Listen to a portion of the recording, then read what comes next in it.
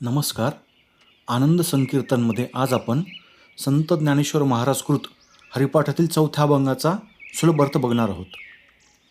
भावेविन भक्ती, भक्तीविन मुक्ती, बळेविन शक्ती बोलू नये. कैसेनी दैवत प्रसन्न त्वरित, उगारा हे निवांत शिनिसी वाया. सायास करिशी प्रपंच दिननिशी, हरिसिन भजशी कवण्या गुणे. ज्ञानदेव म्हणे हरिजप करणे, तुटैले धरणे प्रपंचाचे. अर्थ: आपल्या अंगात ताकद नसताना पोकळ शक्तीच्या बढया मारू नयेत. तसेच परमात्म्याविषयी एकनिष्ठ प्रेम नसेल तर भक्तीची, आणि भक्ती नसेल तर मुक्तीची वायफळ बडबड करू नये. देव सहज आणि लवकर कसा प्रसन्न होईल? एकनिष्ठ भक्ती वाचून इतर साधनांनी व्यर्थ कष्ट करू नयेत. यामुळे स्वस्थ व्हा आणि चित्त शांत ठेवा, असे माऊली आपणास सांगत आहेत. आपण रात्रंदिवस ज्यात काही लाभ नाही अशा प्रपंचात राबतो, परंतु जीवनाला खरा अर्थ देणाऱ्या हरीचे भजन मात्र करत नाही. माऊली शेवटी सांगतात की हरिनामाचा जप केला म्हणजे हा जो प्रपंच मागे लागलेला आहे तो कायमचा तुटेल. निष्काम भावभक्तीचे महत्त्व सांगणारा हा अभंग आहे.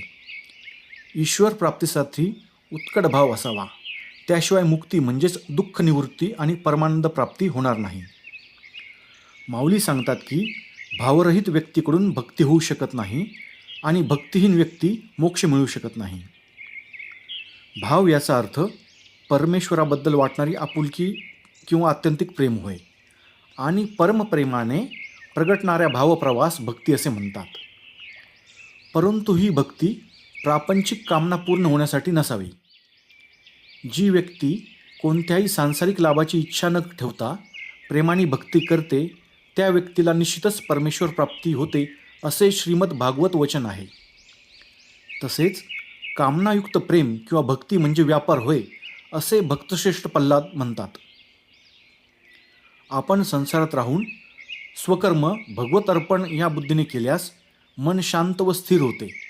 यामुळे बदलणाऱ्या परिस्थितीशी स्थिर मनाने सामना करणे सोपे जाते. स्थिर आणि शांत चित्त असलेल्या मनुष्य सुखदुःखाच्या कोणत्याही परिस्थितीशी यशस्वीरित्या सामोरे जातो. यासाठी सतत हरिनाम जप करावा, असे ज्ञानेश्वर माऊली आग्रहाने सांगत आहेत. हरिजपामुळे आपल्याला अशी आनंदमय अवस्था निश्चितच प्राप्त होईल याची खात्री आहे. जय जय रामकृष्ण हरी. धन्यवाद.